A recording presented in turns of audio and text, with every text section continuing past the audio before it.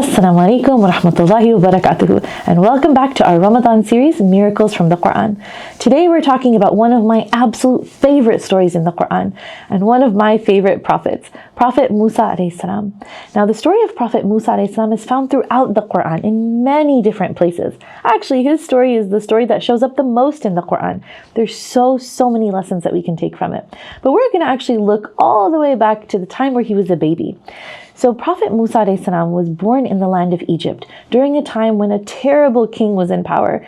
His name was Fir'aun, or Pharaoh. What made him so terrible is that he was doing terrible things. Fir'aun ruled over a people called Bani Israel, and he treated them very badly. He had made them slaves. He didn't treat them kindly at all. But the worst thing that he was doing is that he actually thought that he was God. He thought that he was just that powerful. Now Fir'aun, while he's going about this and thinking that he's so great, he actually had a dream, and the people around him in his kingdom, they told him that the dream meant that one day a child would be born in Bani Israel, and this child would grow up and overthrow him and take all his power away. And Fir'aun did not want that to happen. Fir'aun came up with a terrible plan. His plan was to kill all of the baby boys born to Bani Israel. Now, one thing he realized is that if he actually killed all of the baby boys, then he wouldn't have anybody to grow up and work for him. So he decided that every other year he would kill the baby boys who were born. And this is an awful thing to do. The year that Prophet Musa alayhi salam was born was actually the year where Fir'aun was hunting down the baby boys of Bani Israel. So let's just imagine the situation. Musa alayhi salam's mother is so excited she has a baby boy, but she's also very scared because she knows that Fir'aun is going to come after her son. So what Allah tells us in the Qur'an is that Allah put a special feeling into her heart to take her baby boy, put him in a basket, and float him down a river. Now we might be listening to this and reading this and thinking about this, that doesn't seem really safe. Usually we're pretty careful with babies, right? You hold their head up, you make sure they're safe, you don't put them into a basket, and you definitely don't put them into a river. But she knew that if Allah was guiding her to this, that Allah would take care of everything. So she puts her baby into the basket, she floats him down the river, and then she trusts that Allah will bring him back to her the way that Allah promised her he would. Now this story is very interesting because this basket floats right into the backyard of Fir'aun himself. It floated right into his palace.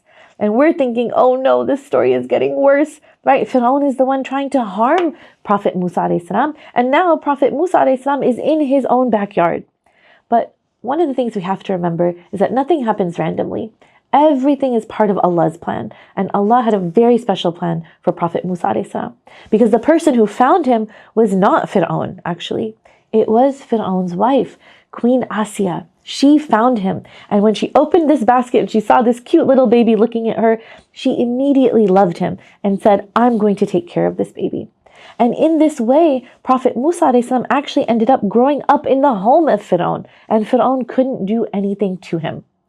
Now, we're going to fast forward a little bit in this story to when Prophet Musa alayhi salam is a little bit older, and he actually leaves Egypt and goes to a new place called Madian. And when he gets there, he's working there, he has a family there. But one night, he's traveling with his family, and he sees something very interesting far off in the distance. He sees a light. Now, it's nighttime, and also in this time, they didn't have highway lights, they didn't have electricity like that, so to see a light in the distance meant something was going on. So Prophet Musa alayhi salam told his family, you stay here, I'm going to go see what's going on the side of this mountain. Now, when he gets to the mountain, he actually sees something very interesting. He sees a little valley, and he sees a tree, and the tree is on fire. And he goes closer, and he hears Allah speaking to him. And Allah says that I am Allah and I have chosen you for something very special. And in this way, Prophet Musa alayhi salam understands that he's been given a very special mission. He's been chosen as a prophet. Now at this time, Allah also shows him some miracles that Allah is going to give him the ability to perform. So Allah actually says to Prophet Musa alayhi salam, throw down the walking stick that you had. Prophet Musa alayhi salam used to carry a walking stick with him. So he throws it down and immediately it turned into a snake. I don't know about y'all, I'm a little scared of snakes myself, but it turns into a snake and it's slithering around. And then Allah says, pick it up. Again, I'd be kind of scared to pick up a snake, but Prophet Musa alayhi salam picks up the snake and it turns back into his walking stick. Then Allah tells Prophet Musa alayhi salam, take your arm and put it in your underarm. And when he takes it out, it's glowing. And Allah says, these miracles that I'm showing you, you're going to do something very special with them. And He gives him a job. He says, I want you to go to Fir'aun, because Fir'aun is doing all of these terrible things. And I want you to go talk to him. And I want you to remind him about me. So this is the job that Prophet Musa alayhi salam is given. Now, one of the very cool things about this story is that Allah also makes Musa alayhi salam's brother, Harun alayhi salam, He also makes him a prophet.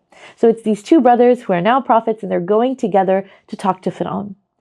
But remember, Fir'aun is not somebody who's going to listen easily, because he thought he was like Allah. So Prophet Musa alayhi salam and Prophet Harun alayhi salam, they go to the palace of Fir'aun and they try to talk to Fir'aun. And they spoke to him very kindly and respectfully, but they did deliver the message to believe in Allah, to worship Allah, because Allah is the one who created everything around Fir'aun and who created Fir'aun too. But Fir'aun did not want to listen. So Prophet Musa alayhi salam then showed him the miracles that Allah had given him. But Fir'aun did not want to listen.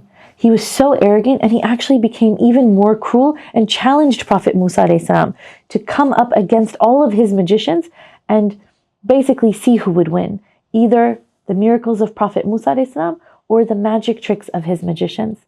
So he organizes this challenge. He brings all of his magicians. And on the day of this challenge, it's hundreds of magicians on one side and Prophet Musa alayhi salam and Prophet Harun alayhi salam on the other side. And what the magicians have been working on is they've been working on these tricks to throw their sticks down and make it look like they're snakes.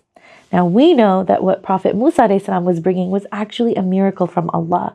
So the magicians throw their sticks down, they turn into these little illusions of snakes. Prophet Musa alayhi salam throws his stick down and it turns into a real snake, and it actually swallows up everything else. And all of the people are watching this. When this happens and everybody sees that Prophet Musa alayhi salam is not performing some magic trick, that he really has a miracle, what happens is all of the magicians actually accept his message. And they realize that this is not magic, this is from Allah. So all of the magicians accept the message that Prophet Musa alayhi salam brought. And Fir'aun is very angry. So Allah then tells us in the Qur'an that He told Prophet Musa alayhi salam to take the people of Bani Israel and leave Egypt. So Prophet Musa alayhi salam gathers everyone and they make their way out of Egypt.